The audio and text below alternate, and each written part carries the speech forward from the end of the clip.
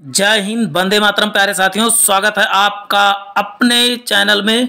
आज आपको बता दूं कि 100 वीवीआईपी हिस्ट्री के वीवीआईपी प्रश्न लेके आए हैं जो किसी न किसी परीक्षा में आए हुए हैं। ये वीवीआईपी प्रश्न ऑनलाइनर फॉर्म में होंगे और बहुत फास्ट मोड में कराएंगे। लगभग ये 10-12 मिनट का वीडियो होगा, 15 मिनट का वीडियो, इससे ज़्यादा नहीं होगा। तो आप इतने समय तक थम के रह सकते हैं। आपको बताओ, इसको पढ़ लेते तो किसी भी परीक्षा में हिस्ट्री से क्वेश्चन आते हैं आधुनिक भारत से, तो आप ज़्यादा से ज़्यादा क्वेश्चन करने में सक्षम होंगे। तो चलते हैं प्यारे कुछ साथियों, आज की श्रृंखला को प्रारंभ करते हैं। पहला क्वेश्चन, प्लासी की लड़ाई में अंग्रेजों का सेना का नेतृत्व किसने किया था? तो आप बताओगे रॉबर्ट क्लाइव। लेकिन ये बताओ, बंगाल का नवाब कौन था? तो आप बताओगे सिराजुद्दौला था। बंगाल का नवाब कौन था? सिराजुद्दौला। और प्लासी कहाँ पर है? तो पास से प्लासी, पास से पश्चिम बंगाल। क्या याद करोगे? पश्चिम बंगाल। प्लासी कहाँ पर है? तो बताओ पश्चिम बंगाल में। बक्सर का युद्ध 1700, देखिए डेट जरूर याद था। 1764 अंग्रेजी सेना का नेतृत्व किसने किया? तो बताओगे हेक्टर मनरोड ने किया था। किसने? हेक्टर मनरोड। उस समय कौन था? तो बताओ मीर कासिम था। बंगाल का नवाब कौन था? तो मीर कासिम था। बंगाल में द्वैध शासन कब से कब तक चला? तो आप क्या बताओगे? 1765 से 1772 तक द्वैध शासन चला। नेक्स्ट क्वेश्चन देख लेते हैं। नेक्स्ट क्वेश्चन है कि 1798 ईस्वी से लॉर्ड वेलेस्ली द्वारा प्रस्तावित सहायक संधि का समझौता को स्वीकार करने वाला पहला भारतीय राजा कौन था? तो आप क्या बताएंगे? पहला व्यक्ति कौन था? तो हैदराबाद के निजाम थे। पहली बार सहायक संधि को किसने स्वीकार किया? तो बताओ 1798 में, और हैदराबाद के निजाम ने। एक क्वेश्चन है, जबरदस्त क्वेश्चन। भारत का प्रथम गवर्नर कौन था? प्रथम गवर्नर तथा अंतिम गवर्नर तथा प्रथम वायसराय कौन था? तो बताएंगे कैनिंग था। यहां पर आपको याद करना है, प्रथम, अंतिम गवर्नर तथा प्रथम वायसराय, ये याद करना है। तो आप क्या हो जाएगा? आप बताओगे लॉर्ड कैनिंग हो जाएगा। नेक्स्ट क्वेश्चन देख लेते हैं। तीसरे आंग्ल मैसूर युद्ध को रोकने के लिए टीपू सुल्तान ने अंग्रेजों के साथ कौन सा समझौता किया था? तो आप बताएंगे श्रीरंगपट्टनम का समझौता किसके साथ हुआ था? बताएंगे आंग्ल मैसूर युद्ध में टीपू सुल्तान अंग्रेजों के बीच श्रीरंगपट्टनम। तीसरा श्री आप ऐसे करके याद कर सकते हैं। हड़प नीति या जब्ती प्रथा या डॉक्ट्रिन ऑफ लैप्स किसने लागू किया था? तो बताओगे डलहौजी ने। अच्छा, उत्तर प्रदेश यानी अवध को किस आधार पर मिलाया था? तो हड़प नीति के आधार पर नहीं, कुशासन के आधार पर जो है अंग्रेजों ने अपने टेरिटरी में मिला लिया था। नेक्स्ट क्वेश्चन है, किस सिख गुरु ने फारसी में जफरनामा लिखा था? तो गुरु गोविंद जी ने जो है फारसी में जफरनामा लिखा था। भारत में डाक व्यवस्था शुरू करने वाला प्रथम ब्रिटिश गवर्नर कौन था? डाक प्रथा कहा जाए तो आप बताओगे डलहौजी। ट्रेन किसने चलाया था? तो आप बताओगे डलहौजी ने ही ट्रेन व्यवस्था भी शुरुआत की थी अपने ही कार्यकाल में। सिखों को सैन्य संप्रदाय खालसा पंथ का स्थापना किसने किया था? बताओ गुरु गोविंद सिंह ने जो है खालसा पंथ की स्थापना किया था। नेक्स्ट क्वेश्चन देख लेते हैं। 1757 ईस्वी में सिराजुद्दौला किसके द्वारा पराजित हुआ था? तो बताओ क्लाइव के द्वारा पराजित हुआ था। नेक्स्ट क्वेश्चन है, सुगौली का समझौता किनके बीच संपन्न हुआ? सुगौली का समझौता तो ईस्ट इंडिया कंपनी के बीच ईस्ट इंडिया तथा नेपाल के बीच किस में? 1816 में ईस्वी में। चलते हैं नेक्स्ट क्वेश्चन देख लेते हैं। हड़प नीति के अंतर्गत कौन सा भारतीय राज्य कब्जे में किए गए? तो पहला आप जानते सतारा ही था। सतारा के बाद झांसी, नागपुर, ये सब जो है हड़प नीति के तहत कब्जे में लिया गया था। सतारा कहाँ पर था? तो महाराष्ट्र में। ठगी प्रथा का उन्मूलन किसने किया? तो ठगी प्रथा आप क्या बताएंगे? तो ठगी प्रथा किसने? बैंटिक ने ठगी प्रथा का उन्मूलन किया था। नेक्स्ट क्वेश्चन देख लेते हैं। वोडेयार के शासक कौन थे? वोडेयार के शासक कौन थे? तो आप क्या बताओगे? मैसूर रियासत वोडेयार का शासक था।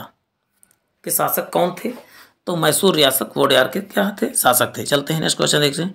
टीपू सुल्तान की राजधानी क्या थी? टीपू सुल्तान की राजधानी क्या थी? तो आप बताओगे श्रीरंगपट्टनम जो है टीपू सुल्तान की राजधानी थी।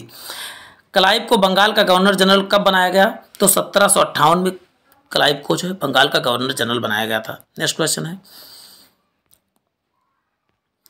द्वैध शासन की नीति कब समाप्त हुआ? तो कब बताएंगे? किसने समाप्त किया? किसने समाप्त किया द्वैध शासन की नीति? तो आप बताओगे वारेन हेस्टिंग ने समाप्त किया था। नेक्स्ट क्वेश्चन है, प्लासी का युद्ध 1757 ईस्वी में अत्यधिक महत्वपूर्ण क्यों था? क्योंकि प्लासी का युद्ध अत्यधिक महत्वपूर्ण इसलिए था क्योंकि बंगाल में ब्रिटिश का वर्चस्व के लिए मार्ग खुल गया था, किसके तहत? 1757। लेकिन स्थापित कब कब हुआ? तो पूरी तरह से तो आप बताओगे 1764 में बक्सर के युद्ध में अंग्रेजों का पूरा वर्चस्व स्थापित हो गया था। नेक्स्ट क्वेश्चन है, प्रशासनिक अव्यवस्था के आधार पर लॉर्ड डलहौजी ने किस राज्य को अपने में मिलाया था? बताए अवध राज्य को अपने में मिला लिया था। आदि ग्रंथ की रचना किसने किया था? तो बताओ अर्जुन। अच्छा एक चीज बताइए, महाभारत को क्या कहा जाता है? आदि ग्रंथ कहा जाता है। उसी हिसाब से अर्जुन को याद कर सकते हैं। अर्जुन कहाँ किससे थे? तो बताओ महाभारत से थे, पांचों भाई थे।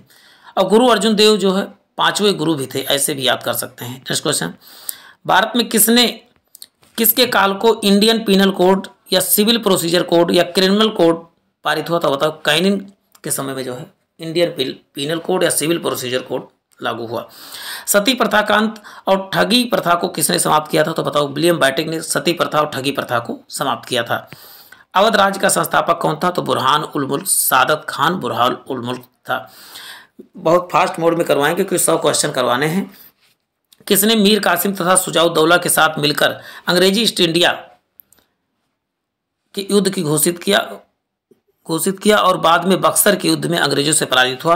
तो बताओ शाह आलम द्वितीय कहाँ का था? तो दिल्ली का शासक था। चलते हैं, ईस्ट इंडिया कंपनी और बंगाल के नवाब के बीच प्लासी का युद्ध हुआ, तो उस समय बंगाल का सम्राट कौन था? प्लासी के समय तो बंगाल का नहीं, यहाँ पर कहना चाहिए था दिल्ली का नवाब कौन था?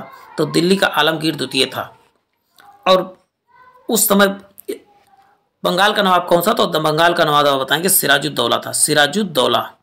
सिराजुद्दौला याद करेंगे। चलते हैं, ईस्ट इंडिया कंपनी के नेतृत्व में रॉबर्ट क्लाइव का अधिकारी कौन था? तो आप बताएंगे हेस्टिंग था। ईस्ट इंडिया कंपनी के नेतृत्व में रॉबर्ट क्लाइव का उत्तराधिकारी कौन था? तो आप बताएंगे हेस्टिंग था। नेक्स्ट है, नवाब सिराजुद्दौला ईस्ट इंडिया कंपनी के बीच युद्ध का प्रमुख कारण क्या था? तो आप बताएंगे अंग्रेजों ने व्यापार छूटों का दुरुपयोग किया, इसके कारण सिराजुद्दौला एवं ईस्ट इंडिया कंपनी के बीच युद्ध हुआ। जो उन्होंने छूट दे रखा था उसका वो गलत फायदा उठाने लगे। ब्लैक होल की घटना जिसमें 146 में से 23 लोग मारे गए, एक छोटे से कमरे में बंद कर दिया गया था, ये कारण मर गए। ये घटना कहाँ पर हुई? तो बताओ कलकत्ता यानी पश्चिम बंगाल में हुआ था। चलते हैं, सुरक्षा प्रकोष्ठ यानी रिंग फेंस पॉलिसी प्रकोष्ठ नीति किसने? तो वारेन हेस्टिंग जो है रिंग फेंस पॉलिसी लाया था। वारेन हेस्टिंग या सुरक्षा प्रकोष्ठ नीति आप क्या बताएंगे? Warren Hasting. इलाहाबाद की संधि रॉबर्ट क्लाइव ने मुर्शिदाबाद का उप दीवान किसे बनाया? तो मोहम्मद रजा खान को जो है मुर्शिदाबाद का उप दीवान बनाया था। किस भारतीय को रॉबर्ट क्लाइव ने बिहार का नायब नियुक्त किया था? तो नायब किसे नियुक्त किया? तो बताएं राजा सीताब राव को जो है नायब नियुक्त किया था। नेक्स्ट क्वेश्चन देखते हैं, महाराजा रणजीत सिंह ने सुप्रसिद्ध कोहिनूर हीरा किससे प्राप्त किया था? तो आप बताएंगे शाह शुजा से प्राप्त किया था। किस ब्रिटिश जनरल ने हैदर अली को प्रोटोनोवा के युद्ध में हराया? तो बताया सर आयो कोट को। हैदर अली ने किसे कोट दिया? तो बताओगे आयर कोट को कोट दिया। हर युद्ध में हराया। तो बताएगी महाराजा रणजीत सिंह का उत्तराधिकारी कौन था? तो बताए खड़क सिंह जो है महाराजा रणजीत सिंह का उत्तराधिकारी था। किस सिख गुरु ने विद्रोही राजकुमार खुसरो की सहायता धन और आशीर्वाद से की थी? तो बताएंगे गुरु अर्जुन देव ने जो है खुसरो की सहायता की थी। कौन सबसे निर्णायक युद्ध था जिसने अंग्रेजों ने भारत में शासन को स्थापित किया? तो बताए बक्सर के युद्ध कब हुआ था? बक्सर का युद्ध 1764 में होता। प्लासी का युद्ध 1757 में। 1 नवंबर 1858 में महारानी विक्टोरिया की घोषणा पत्र इलाहाबाद में किसने पढ़कर सुनाया था? तो लॉर्ड कैनिंग ने महारानी विक्टोरिया की घोषणा पत्र को इलाहाबाद में पढ़कर सुनाया था। किसने? लॉर्ड कैनिंग ने सुनाया था 1857 की क्रांति के बाद। महाराजा रणजीत सिंह किस मिसल के थे? तो आप बताइए, ये बहुत बार क्वेश्चन पूछा गया है। तो सुकर चकिया मिसल के थे। तथाकथित कुशासन के आधार पर किस गवर्नर जनरल ने मैसूर राज्य को भी प्रशासन अपने हाथ में ले लिया? तो विलियम बेंटिक ने। देखिए आप बताइए, देखिए मैसूर को तो विलियम बेंटिक ले लिया, लेकिन अवध को किसने लिया था? तो अवध को डलहौजी ने लिया था। अपनी राजधानी को मुर्शिदाबाद से मुंगेर किसने स्थापित किया था? तो मुर्शिदाबाद से मुंगेर किसने? मीर कासिम ने स्थापित किया था। किसकी समाधि के कारण नांदेड़ गुरु सिखों द्वारा पवित्र माना जाता? तो गुरु गोविंद जी की समाधि कहाँ है? नांदेड़ कहाँ? तो आप बताओगे महाराष्ट्र में है। टीपू सुल्तान अंग्रेजों के साथ किस युद्ध में मारे गए थे? तो आप क्या बताओगे? 1799 में टीपू सुल्तान अंग्रेजों के साथ युद्ध में मारे गए थे। चलते हैं, डिंडीगुल क्या है? तो डिंडीगुल जो है, डिंडीगुल तमिलनाडु में एक नगर का नाम है डिंडीगुल। चलते हैं नेक्स्ट क्वेश्चन देखते हैं। बंगाल के किस गवर्नर जनरल के समय सरकारी खजाना मुर्शिदाबाद से कोलकाता तक लाया गया? तो आप बताइए, वारेन हेस्टी के समय जो है मुर्शिदाबाद से कोलकाता तक लाया गया था। किस अधिनियम के तहत वारेन हेस्टिंग को बंगाल का प्रथम गवर्नर जनरल बनाया गया था? तो बताइए 1777 के वार रेगुलेटिंग एक्ट के तहत जो है बनाया गया था। नेक्स्ट क्वेश्चन है, कौन से भारतीय शासक ने विदेशों में आधुनिक पद्धति से दूतावास स्थापित किया था? तो टीपू सुल्तान ने जो है आधुनिक पद्धति से दूतावास स्थापित किया था। टीपू सुल्तान बहुत दूरदर्शी व्यक्ति था। ब्रिटिश भारतीय राज्य के क्षेत्र में अंतिम प्रमुख विस्तार किसके समय में हुआ? तो बताओ कि अंतिम और प्रमुख विस्तार किसके? तो डलहौजी के समय हुआ था। 1707 में औरंगजेब की मृत्यु के बाद मोहम्मद मुअज्जम किस नाम से मुगल राज के सिंहासन पर बैठा? तो मुअज्जम जो है बहादुर शाह प्रथम के नाम से बैठा था। चलते हैं, मैंने बहादुर शाह प्रथम का पुराना नाम क्या था? तो आप बताओगे मुअज्जम था। बहादुर शाह फर्स्ट की मृत्यु के बाद जहांदार शाह मुगल सिंहासन पर आसीन हुए। वह किसकी सहायता से सम्राट बैठे थे? तो आप जुल्फिकार खान की सहायता से बैठे थे। फर्रुख सियर किसके सहयोग से मुगल बादशाह बने? तो आप क्या बताओगे? सैयद बंधु के सहयोग से बने थे। चलते हैं नेक्स्ट क्वेश्चन थे, नृत्य नेता था किंग मेकर किसे कहा जाता? किंग मेकर जो है सैयद बंधुओं को किंग मेकर के नाम से जाना जाता है। सैयद बंधुओं को मराठों के सहयोग से किस मुगल सम्राट को हटाया था या हत्या? तो आप बताओगे फर्रुख सियर की हत्या कर दी थी, हटा दिया था। किसके सहयोग से? तो आप बताओगे मराठों के सहयोग से। चलते हैं, सैयद बंधुओं का पतन किसके समय में हुआ? तो आप बताओगे मोहम्मद शाह रंगीला के समय जो है सैयद बंधुओं का पतन हो गया। किस मुगल बादशाह का मूल नाम रोशन अख्तर था? तो आप क्या बताएंगे? मोहम्मद शाह का बचपन का नाम क्या था? रोशन अख्तर था। अवध, हैदराबाद, भरतपुर, रोहिलखंड, फर्रुखाबाद किस मुगल शासक के समय में स्वतंत्र हुए? तो बताए मोहम्मद शाह रंगीला के समय सब स्वतंत्र हो गए। इसका नाम रंगीला था ही, तो किसका नाम रंगीला था? चलते हैं नेक्स्ट क्वेश्चन देख लेते हैं। अहमद शाह अब्दाली के प्रथम आक्रमण के समय मुगल सम्राट कौन था? अब्दाली के समय तो यही रंगीला था, मोहम्मद शाह रंगीला ही था। रंगीला इसकी उपाधि थी। प्रथम आक्रमण के समय मुगल सम्राट कौन था? तो बताएं मोहम्मद शाह रंगीला था। अहमद शाह अब्दाली ने भारत पर 7 बार आक्रमण किए, जिनमें से 3 बार आक्रमण किस मुगल बादशाह के समय हुआ? तो शाह आलम द्वितीय के समय जो हुआ था मोहम्मद शाह अब्दाली का 3 बार आक्रमण। 7 बार के उसमें 3 बार कौन था? शाह आलम द्वितीय ही था। किस मुगल साथ का नाम अली गौहर था? वास्तविक नाम अली गौहर था। तो बताओ शाह आलम द्वितीय का वास्तविक नाम क्या था? अली गौहर ही था। कौन सा मुगल बादशाह 12 वर्ष से दिल्ली से दूर निर्वासित के रूप में जीवन बिताया, फिर मराठों की सहायता से दिल्ली पर राजगद्दी बैठा? तो बताओ शाह आलम द्वितीय जो है 12 वर्ष तक निर्वासित रहा। चलते हैं, अंग्रेजों का पेंशनर बनने वाला प्रथम मुगल शासक कौन था? तो शाह आलम द्वितीय जो है अंग्रेजों का पेंशनर बनने वाला प्रथम मुगल शासक कौन था? तो बताओगे शाह आलम द्वितीय ही था। चलते हैं नेक्स्ट क्वेश्चन देखते हैं। किस राज्य का शासक नवाब वजीर कहलाते हैं? किस राज्य का शासक नवाब वजीर कहलाते थे? तो आप क्या बताओगे? अवध के नवाब जो है नवाब वजीर कहलाते। अवध के नवाब क्या कहलाते? नवाबे वजीर कहलाते थे। किसने गांव वालों को सैनिक शक्ति के रूप में संगठित किया? तो बताओगे चूड़ामण ने या चूड़ामणि ने। चलते हैं, मुर्शीद कुली खां जाफर खान को बंगाल 1717 तथा उड़ीसा को 1719 में प्रतिनिधि किस मुगल बादशाह से मिली? तो आप बताइए फर्रुख सियर से मुर्शीद कुली खां को मिली थी। चलते हैं, किसने मुर्शिदाबाद की स्थापना की तथा उसे ढाका के स्थान पर बंगाल की राजधानी बनाया था? किसने? तो आप बताएंगे मुर्शीद कुली खां ने। किसने? आप बताएंगे मुर्शीद कुली। क्वेश्चन देखते हैं साथियों, किस मुगल बादशाह ने 1773 में बिहार की सूबेदारी नवाब शुजाउद्दौला से प्रदान की थी? तो बताओगे मोहम्मद शाह रंगीला से। चलते हैं नेक्स्ट क्वेश्चन देखते हैं, भारत के किस गवर्नर जनरल के समय सिंध का विलय अंग्रेजों के राज में हुआ? सिंध का विजय हुआ? तो बताओ लॉर्ड एलन बरो के समय जो है सिंध का विजय अंग्रेजों के राज में हुआ था। सिंध विजय का श्रेय किसे दिया जाता है? तो क्या बताओगे? सर जॉन नेपियर को सिंध विजय का श्रेय दिया जाता है। गोद प्रथा का प्रतिबंध लगाने वाला कौन सा गवर्नर जनरल था? तो लॉर्ड डलहौजी ने गोद प्रथा और हड़प नीति कौन लाया था? तो बताओगे डलहौजी ने ही लाया था। भारत में सबसे बड़ा सूती वस्त्र मिल किस शहर में स्थापित? तो बताओ मुंबई में सबसे बड़ा सूती वस्त्र मिल है। भारत में अंग्रेजों के समय प्रथम जनगणना किसके काल में हुई? तो मेयो के काल में। कब हुई? तो 1872 में। जबकि व्यवस्थित जनगणना किसके काल में हुई? तो आप बताओगे रिपन के काल में हुई थी। अंग्रेजों के शासन के दौरान में आर्थिक दोहन का विचार किसने प्रतिपादित किया था? बताओ, दादा भाई नौरोजी ने। चलते हैं नेक्स्ट क्वेश्चन देखते हैं। अंग्रेजों द्वारा सर्वप्रथम कहवा बागान कहाँ पर लगाए गए? कहवा बागान, कॉफी का बागान कहाँ लगाया? तो बताओ कुर्ग जनपद में। कुर्ग कहाँ पर? तो बताओगे कर्नाटक में। अंग्रेजों के शासनकाल में भारत का कौन सा क्षेत्र अफीम उत्पादन के लिए प्रसिद्ध था? बताओ बिहार जो है अफीम के समय। तो 12 अंक है। ब्रिटिश सरकार ने भारत के स्थायी बंदोबस्त लागू किया था, कब किया था? तो आप बताओगे 1793 में। किसने किया था? तो हेक्टर मनरो ने किया था। चलते हैं। रैयतवाड़ी व्यवस्था किसने कब लागू हुई? तो 1820 में लागू हुई। चलते हैं नेक्स्ट क्वेश्चन देखते हैं। और रैयतवाड़ी किसने? हार्ट मैकेंजी ने। रैयतवाड़ी आप पूछा जाए किसने लागू किया? तो बताओ heart McKinsey. Heart McKinsey. Next question. पहली बार औपचारिक रूप से महालवाड़ी प्रथा कब लागू हुई? महालवाड़ी प्रथा तो बताओगे 1822 में पहली बार महालवाड़ी प्रथा लागू हुई थी। प्रथम आंग्ल मैसूर युद्ध में विजयी कौन हुआ? तो आप बताओगे हैदर अली जो है पहले आंग्ल मैसूर युद्ध में विजयी हुआ था।